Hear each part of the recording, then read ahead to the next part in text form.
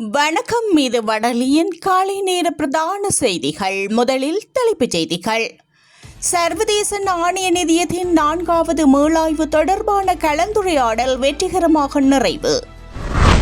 பாதுகாப்பு அச்சுறுத்தல்களை எதிர்த்து போராட கூட்டு முயற்சிகள் அவசியம் என பாதுகாப்பு பிரதி அமைச்சர் தெரிவிப்பு. மன்னார் நகருக்கான நேரடி இருவழி போக்குவரத்து சேவையை உரிய முறையில் முன்னெடுக்க கோரிக்கை. ராமநாதன் அர்ச்சுனாவின் புதிய திட்டம். மியான்மர் நிவாரண வாகனங்கள் மீது துப்பாக்கி சூடு. தொடர்வன விரிவான செய்திகள். ஜனாதிபதி அன்ருகுமார் திசாநாயக்கவிற்கும் சர்வதேச நாணய நிதியத்தின் பிரதிநிதிகளுக்கும் இடையிலான விசேட கலந்துரையாடல் நேற்று ஜனாதிபதி அலுவலகத்தில் நடைபெற்றது. இலங்கை அரசாங்கம் மற்றும் சர்வதேச நாணய நிதியத்திற்கு இடையிலான நீடிக்கப்பட்ட கடன் வசதி வேலை திட்டத்தின் 4வது மீளாய்வு தொடர்பான ஆரம்பகட்ட கலந்துரையாடல் இங்கு இடம்பெற்றது. சர்வதேச நாணய நிதியத்துடனான வேலை திட்டத்தின் போது இலங்கை இதுவரை அடைந்துள்ள முன்னேற்றம் மற்றும் எதிர்கால நிதி இலக்குகளை அடைவது குறித்தும் இதன்போது கலந்துரையாடப்பட்டன. அமெரிக்காவின் புதிய வரி விதிப்பை தொடர்ந்து இலங்கை எதிர்கொள்ளும் பொருளாதார சவால்கள் குறித்தும் இரு தரப்பினரும் கவனம் செலுத்தியுள்ளனர்.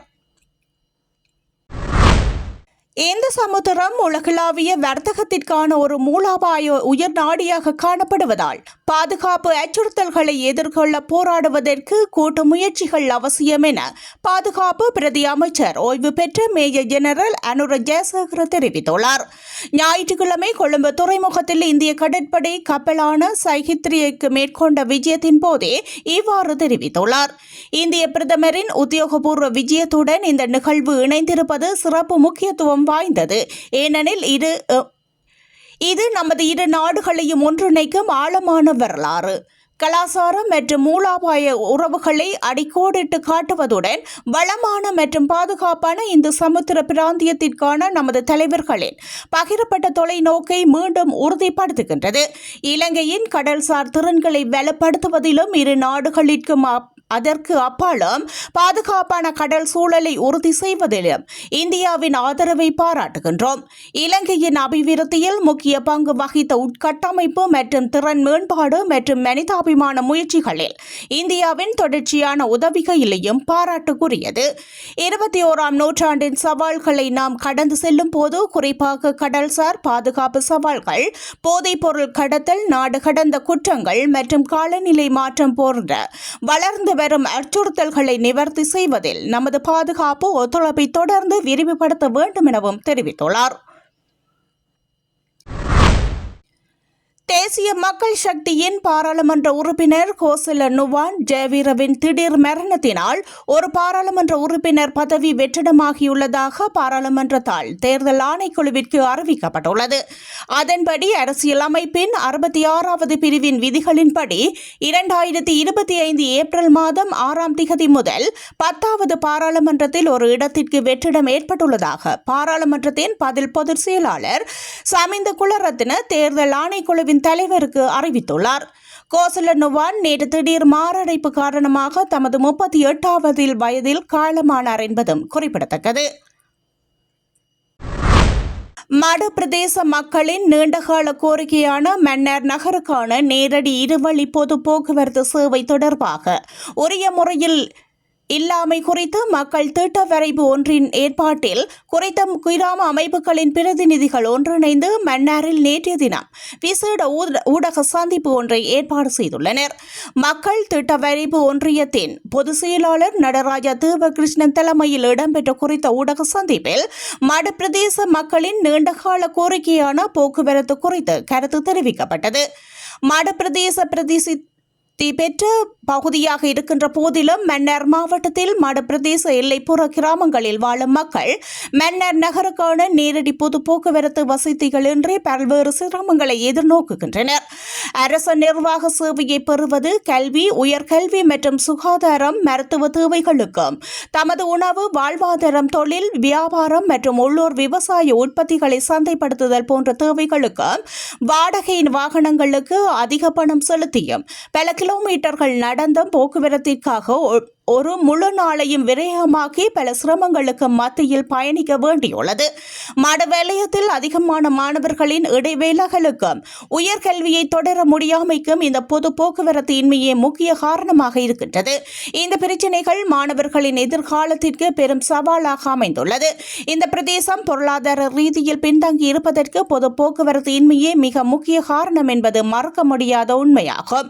எனவே இந்த பிரச்சினைக்கு தீர்வாக சின்னவெளியன் கட்டிலிருந்து பரசன்குளம், விளாத்திக்குளம், மண்கிட்டி, காக்கையான்குளம் மேற்கு மற்றும் கிழக்கு, கல்மடு, கல்மடு 3, மதீனா நகர், இரணி இலுப்பைக்குளம் சந்தி, கங்காணிக்குளம், முள்ளிக்குளம், கீரிசுட்டான், பாலம்பட்டி, தட்சணாமடு குளம், பண்டிவிரிச்சான் மடு சந்தியூடாக மன்னர் நகருக்கான நேரடி இருவழி போக்குவரத்து சேவையை ஆரம்பிக்க வேண்டும் என அவர்கள் கோரிக்கை விடுத்துள்ளனர். மன்னார் மாவட்டத்தில் மடு பிரதேசத்தில் முள்ளிக்குளம், சின்னவளையங்கட்டு, பரசங்குளம், விளாத்திக்குளம், முள்ளிக்குளம், இரணேலுப்பக்குளம், காக்கையங்குளம், கீரிசுட்டான், பாலம்பட்டி, தட்சிணாமிர்தமடு, மடு இப்படியே வாரத்துக்கு போக்குவரத்து. முதலாவது போக்குவரத்து தான். இது பஸ் இல்லை. உண்மையில் நாங்கள் மன்னார் கச்சேரிக்கு வரண்டா கூட வர இயலாது. மடுவுக்கு ஏஜி ஆஃபீஸுக்கு போகிறண்டா கூட போக இயலாது, பஸ் இல்லை. இதுவே வவுனியாவும் போக இயலாது. வீதி பிரச்சனை ஒன்று இருந்தது. வீதி ஓரளவுக்கு புனரமைச்சிட்டாங்க. அந்த புனரமைச்ச இடத்துக்கு கூட பஸ் வாரதில்லை. உண்மையில் நாங்கள் நடந்து போகணும். எத்தனையோ கிலோமீட்டர் நடந்து போயிருக்கிறோம். இப்போ நடந்து போவோம். சில வேளையில் ஆட்டோ ஹயர் பண்ணி போவோம். உண்மையில் வவுனியா போகிறோண்டா ஆட்டோவுக்கு 8,000 ரூபா கேட்பாங்க. சாதாரணமாக முள்ளிக்குளத்தை பொறுத்த மட்டும் உத்தியோகம் செய்கிறார்கள் இல்லை, 3 பேர் தான் உத்தியோகம் செய்கிறார்கள். 150 கிட்டத்தட்ட 150 குடும்பத்துக்கு 3 பேர் தான் உத்தியோகம் செய்கிறாங்க. குடியிருக்க வீடு காணி இல்லை. பேருந்து நிலையத்திலேயே சில வாரமாக தங்கியிருந்த நிலையில் ஜனாதிபதிக்கு தமது நிலை சென்றடையும் வரை இளம் குடும்பத்தினர் யாழிலிருந்து நடைபயணத்தை ஆரம்பித்துள்ளனர். 7 வயதான ஆண் மற்றும் 6 வயதுடைய பெண் குழந்தைகளுடன் மனைவி 4வராக குறித்த நடைப்பயணத்தை ஆரம்பித்துள்ளனர். நேற்று மாலை அச்சுவேலியிலிருந்து நடைப்பயணத்தை ஆரம்பித்துள்ளனர். இந்த நாட்டின் ஜனாதிபதி அனுரகுமார திசாநாயக்கவின் கவனத்திற்கு சென்றடையும் வரை நடைப்பயணத்தை மேற்கொள்ளவுள்ளதாக நடைப்பயணத்தை ஆரம்பித்த ஸ்கலீபன் தெரிவித்துள்ளார். இவர்கள் கடந்த சில தினங்களுக்கு முன் வடமாகாண ஆளுநரை சந்தித்துள்ளனர். இதன்போது ஆளுநர் வேதநாயகன் இவர்களுக்கான காணியை பெற்றுக் கொடுக்கும் பொருட்டு மருதங்கேணி பிரதேச செயலாளர் பிரபாகர மூர்த்தியை தொடர்பு கொண்டு ஆவண செய்யுமாறு கோரியுள்ளார். ஆளுநரின் கோரிக்கைக்கு அமைய மருதங்கேணி பிரதேச செயலாளர் பிரபாகர மூர்த்தி நடவடிக்கையினை முன்னெடுத்துள்ளதாக தெரிவிக்கப்படுகின்றது.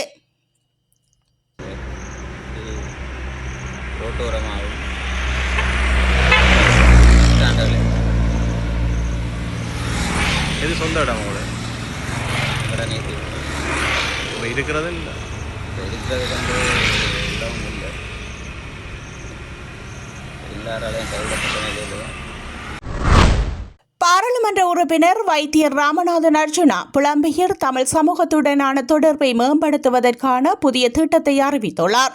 தனது ஃபேஸ்புக் பக்கத்தில் பதிவொன்று இட்டுள்ள அவர், டிக்டாக் இதுவரை ஒரு பெரிய தலைவலியாகவே இருந்து வந்திருக்கின்றது. இதனால் ஏற்பட்ட நன்மைகளை விட தீமைகளே அதிகம். பலரின் உண்மையான முகங்கள் இந்த செயலி மூலம் வெளிப்படுத்தப்பட்டுள்ளன. ஆரம்பத்தில் ஏதோ ஒரு நோக்கத்திற்காக தொடங்கப்பட்ட இது பின்னர் பிரபலம் அடைந்தவுடன் அதன் உள்நோக்கங்கள் மாறி பலர் தங்கள் சுயரூபத்தை தமிழ் சமூகத்திற்கு வெளிப்படுத்தியுள்ளனர் என்று குறிப்பிட்டுள்ளார். மேலும் புலம்பெயர் தமிழ் மக்களுடன் தொடர்புகளை பேணுவது காலத்தின் தேவை மட்டுமல்ல, அது எங்களை உயிர்ப்புடன் வைத்திருக்கும் என்று நம்புகின்றேன். டிக்டாக் தளங்கள் இந்த காரணங்களுக்காக உருவாக்கப்பட்டிருந்தாலும் அவை அந்த நோக்கங்களுக்காகவே செயல்பட வேண்டும் என்று அவர் வலியுறுத்தியுள்ளார். இதனைத் தொடர்ந்து தனது சொந்த தளத்தில் புலம்பெயர் தமிழ் சமூகத்துடன் நேரடியாக உரையாடுவதற்கு ஒரு திட்டத்தை அறிவித்த அவர், இன்று முதல் ஒவ்வொரு திங்கள், புதன் மற்றும் சனிக்கிழமைகளிலும் தேவைப்படும் அவசர நாட்களிலும் புலம்பெயர் தமிழ் சமூகம் என்னுடன் நேரடியாக இணைந்து உங்கள் சந்தேகங்களையும் மதிப்புமிக்க ஆலோசனைகளையும் பகிர்ந்து கொள்ளலாம். ஒரு நாளைக்கு 2 மணி நேரம் மட்டுமே ஒதுக்கப்படும். முன்கூட்டியே தொடர்பு கொண்டு உங்களை அடையாளப்படுத்தி இணைந்து கொள்ளலாம் என்று அவர் தெரிவித்துள்ளார். மேலும் அவர் எச்சரிக்கையாக இந்த காரணத்திற்காகவும் முறையற்ற வார்த்தைகளை பயன்படுத்தினால் அது என்னுடன் உரையாடும் கடைசி நாளாக இருக்கும் எனவும் தெரிவித்துள்ளார். பருத்தித்துறை மந்திகை மடத்தடி பகுதியில் நேற்று முன்தினம் சனிக்கிழமை இரவு இடம்பெற்ற விபத்தில் இளைஞர் ஒருவர் உயிரிழந்துள்ளார்.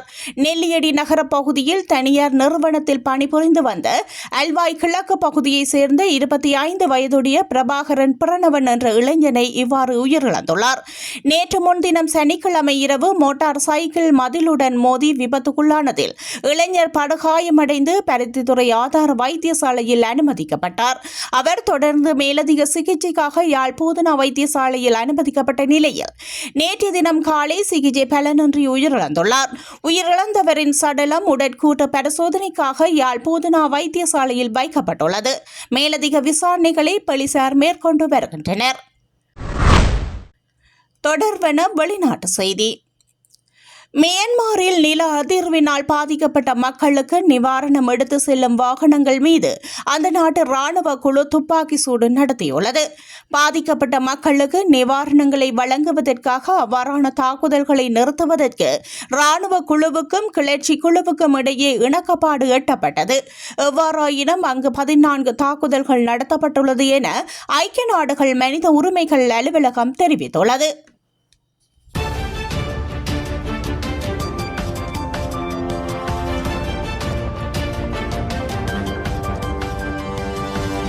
Thank you.